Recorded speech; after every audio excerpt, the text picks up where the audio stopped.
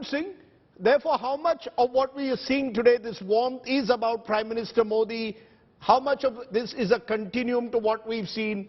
As I said earlier to Nirupama Rao, some will see this as a moment that the breakthrough came with Manmohan Singh and his meetings with George Bush, the civil nuclear deal. Are we seeing the culmination today of what's happened in the last 20 years? Estranged democracies have rediscovered each other. So I think, this is something that has been built by every successive president in the US and every successive prime minister in India since 2000. President Clinton started the process by visiting India in 2000, after imposing sanctions on India in 1998 after our nuclear test. And President Bush advanced it significantly by doing the Civil Nuclear Cooperation Agreement, because that started the process of doing higher level technology partnership with India. Then President Obama, Trump advanced it incrementally but significantly. And President Obama declared India a major defense partner, declared support for India's permanent membership of UN Security Council. Now on the Indian side, Prime Minister Vajpayee went to the US in 2000, soon after President Clinton's visit, spoke of India and US being natural allies. Prime Minister Manmohan Singh staked the survival of his government. There was a no confidence motion to see the Civil Nuclear Cooperation Agreement through. And now Prime Minister Modi has taken it several steps forward. Several agreements that were stalled earlier: logistics support agreement, communication compatibility and security agreement, agreement to share geospatial information. So many of these agreements that were stalled earlier have progressed in the tenure of Prime Minister Modi. And you'd recall in 2015, India and US for the first time did a joint statement in terms of a joint strategic vision for the Indian Ocean and the Asia Pacific. And that has then led to working together in the framework of the Indo-Pacific, building up the Quad, and provided a greater strategic convergence to the India-US partnership. So I would say each president, each prime minister has contributed, and Prime Minister Modi has certainly significantly advanced the relationship in his tenure.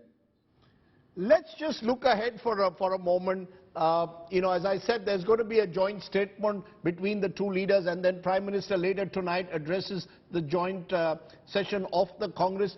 Do you see any impediments at all to this relationship? You briefly spoke about, Raj Chengappa, about the need to navigate it carefully in the times in which we live. The war in Ukraine has split the world. We are in a multipolar world. Do you see any impediments going ahead, or do you believe this will be the relationship, as President Biden called it, the relationship that defines the 21st century? Is this America, in a way, doing the charm offensive, or is other impediments up ahead? No, it's always good to be a little skeptical. And I think in this case, what we have seen is a tremendous amount of trust that America has put on us, which was earlier lacking.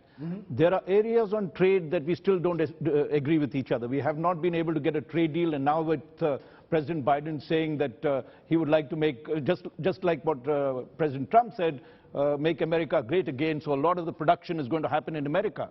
So you do have a problem in terms of trade that you need to watch out for. The second aspect, I think, is let us look at the way the war in Ukraine is progressing, and the fact that Russia is, the counter-offensive that Russia is doing. Let us not think that Russia is, on its way out of us. We still are dependent heavily on Russia. How we handle that relationship is critical, I believe. And if you take the third aspect of it, which is China. Look, you've talked of the Quad, but really has Quad, is it a military alliance or just a few things that has been happening on certain parts, but really not moved on that front? In many senses, India has to face China by itself. It cannot be part of any great American, a NATO plus.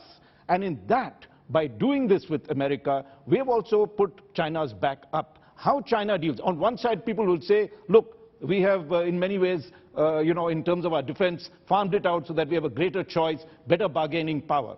But in dealing with China, and that's very critical, I think, if there's going to be an impediment, how we handle this particular thing forward, how we calibrate our relations with America, with Russia, and how we deal with China is going to be critical.